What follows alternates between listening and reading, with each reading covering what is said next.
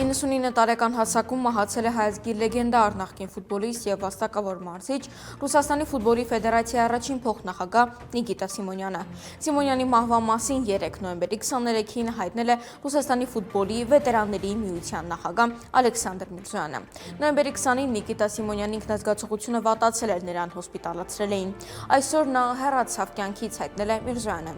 Նիկիտա Սիմոնյանը 1949-ից 1959 թվականներին խաղացել է Մոսկվայի Սպարտակում և իր խփած 160 գոլով նա ակումբի պատմության մեջ լավագույն ռմբարկուն է։ Նիկիտա Սիմոնյանը 1973 թվականին Երևանի Արարատի մարզիչն էր, երբ Արարատը դարձավ նախկին խորհրդային միության չեմպիոն ու գավաթակիր։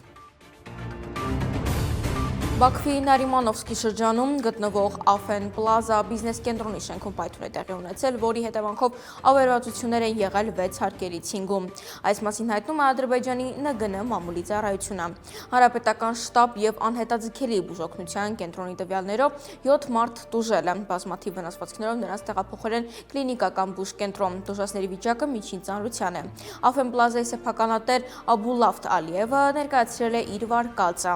Նշում են, որ միջադեպը տեղի է ունեցել գազի արտահոսքի պատճառով, սակայն այս շենքում գազ չկա։ Շենքի առջև կառուցվող ճանապարհի գազի խողովակը վնասվել էր։ Արդյունքում շենքի տակի գազի արտահոսք է տեղի ունեցել և արդյունքը սա է, ասել է նա։ Բաքվի բանտերում պահվող հայ գերիների հարցը բարձրաձայնվել է Ադրբեջանում։ Այսօր լրագրողների հետ զրույցում այս մասին ասել է Բաքու այցելած հայկական պատվիրակության անդամ Նաիրա Սուլթանյանը, հավելելով, որ գերիների մասին խոսել է նաև Ադրբեջանի նախագահի օգնական Հիքմեթ Հաջիևի հետ հանդիպման ժամանակ։ Ոչ հայկական, ոչ ադրբեջանական կողմից մեզ վրա որևէ սահմանափակում չի եղել, որ այս հարցը չբարձրաձայնենք։ Միջազգային ատյաններում ու կառույցներում էլ այս հարցը բարձրաձայնել ենք ու շարունակում ենք բարձրաձայնել, եւ Կարմիր խաչի բացակայության հանգամանքով եւս մի ալիք նամակներ է գնացել։ Սակայն ադրբեջանական կողմի հետ այս հարցով ուղիղ խոսելը մեզ համար նոր իրավիճակ էր, հատկապես պարոն Հաջիևի առջև նստած, ասել է Սուլթանյանը։